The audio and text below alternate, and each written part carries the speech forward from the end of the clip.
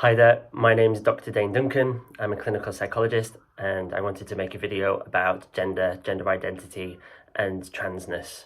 I currently work at Great Ormond Street Hospital in a hormones team, endocrinology team, which thinks about gender quite a lot for that reason.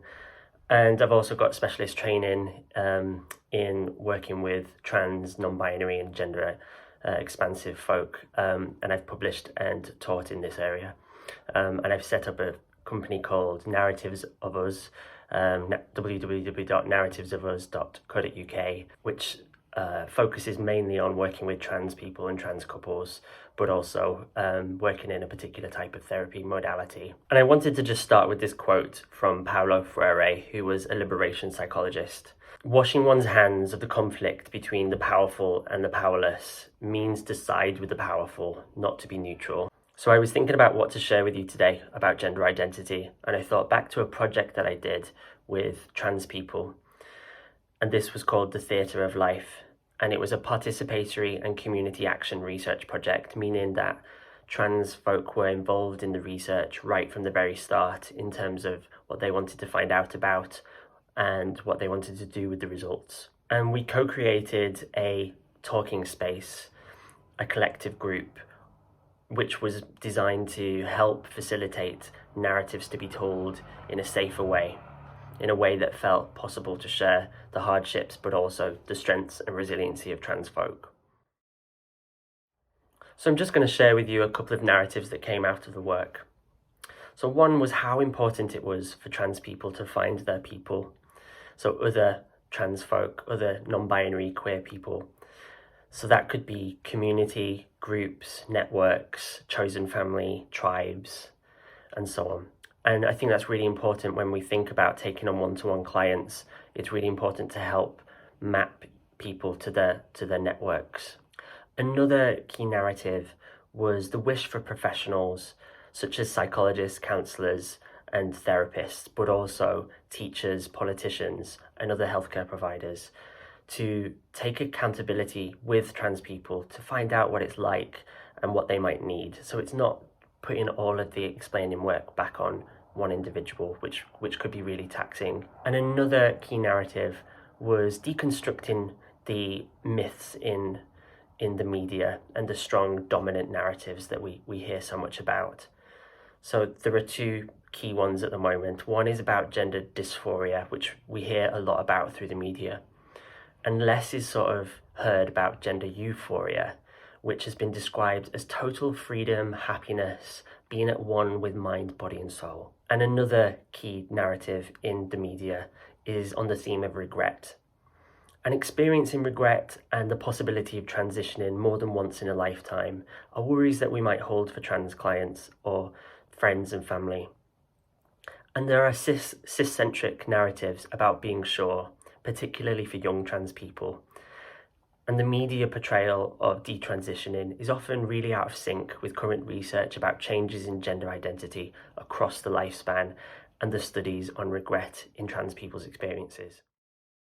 So if you're watching this and you're thinking, what would make a good therapist for me as a person who might want to talk about gender identity of myself, of my partner, of my sibling, or my family member?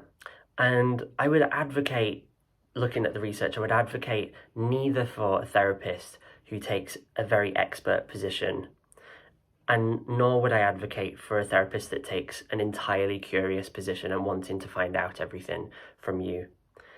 And I think there's a middle ground, and this is what came through the research, and I would call that an informed and curious position.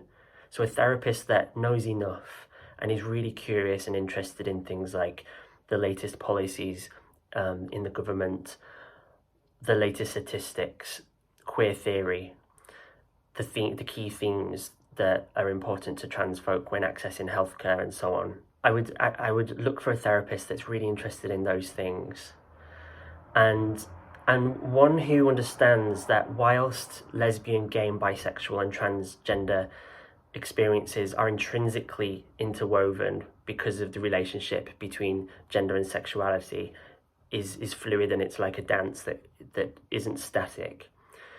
A therapist that understands that a trans and non-binary experience has unique threads to it, that are particular to the trans experience. And so if I would recommend a therapist, it would be someone who would help a person to illuminate the barriers in society that exist at different levels. And this is because those external factors can often be felt as though they're a problem inside our person, as though there's a problem inside of us that's located within us, or a deficit in our personality or our being. And it's really important that therapy is a place where we get insight in ourselves for sure, but that we also get outside as well, and we learn a bit about the pressures and oppression in the world, because material inequalities are real. Isms, hate crime, the rise in hate crime, these are real factors that impact people. And so a strengths-based approach to therapy feels really important in undoing some of that damage. So I thought it'd be helpful to share a couple of statistics. In a recent UK study of 3,398 patients who were trans at a NHS gender identity service between 2016 and 2017, less than 1% said that they had experienced regret or had detransitioned. And similarly, in 2014, a study in Sweden looked at rates of regret over a 50-year period and found that less than 2.2% of people had experienced regret or had detransitioned. And we know that traditionally regret has been linked to lack of family and community support and poor surgical outcomes. And of course, detransition doesn't necessarily mean regret. A person may no longer feel that they are trans now, or that they are a different gender to the one they previously identified as. And this movement through genders is not necessarily tied to grief or sorrowing, but can be a gender expansiveness in selfhood. We also know that surveys are suggesting that around 92% of trans people have experienced suicidal thoughts at some point in their lives. Around 86% have self-harmed, and 48% have attempted suicide. And when we think about the reasons around that, other statistics from Stonewall might help us understand that a little bit more. So 7 in 10 trans people, that's 70%, report being impacted by transphobia when trying to access healthcare. Nearly half of trans people, that's 45%, reported that their GP did not have a good understanding of their needs as a trans person, and that rises to over half for non-binary people, that's 55%. 90% of trans people reported experiencing delays in seeking transition-related healthcare, and 2 in 5 trans people, that's 41%, have experienced a hate crime or an incident because of their gender identity. So although we live in a modern world, these statistics about material inequality, hate crime, and discrimination, they're very real. So it's important to remember that support is out there. And if you are in crisis, I would definitely recommend the Samaritans helpline. Also, the LGBT switchboard would help to direct you to the most urgent support out there for talking to someone very soon. But if you're looking for a counsellor or a therapist, check out the Counselling Directory website. You can also check out my own website. My name's Dr Dane Duncan, and my website is narrativesofus.co.uk. And if I can't be of direct help, what I do is I send a pack of resources and strategies to clients with things that you can do yourself or you can ask others to do for you that are especially tailored for LGBT and trans people. I also send a list of recommended therapists and counsellors who I know personally or I have good feedback from clients, and a list of questions that you might want to ask a therapist when you have that first initial contact. Some therapists offer a first 15-minute free consultation, so you can ask these questions to get a sense of their experiences and views on things like gender identity.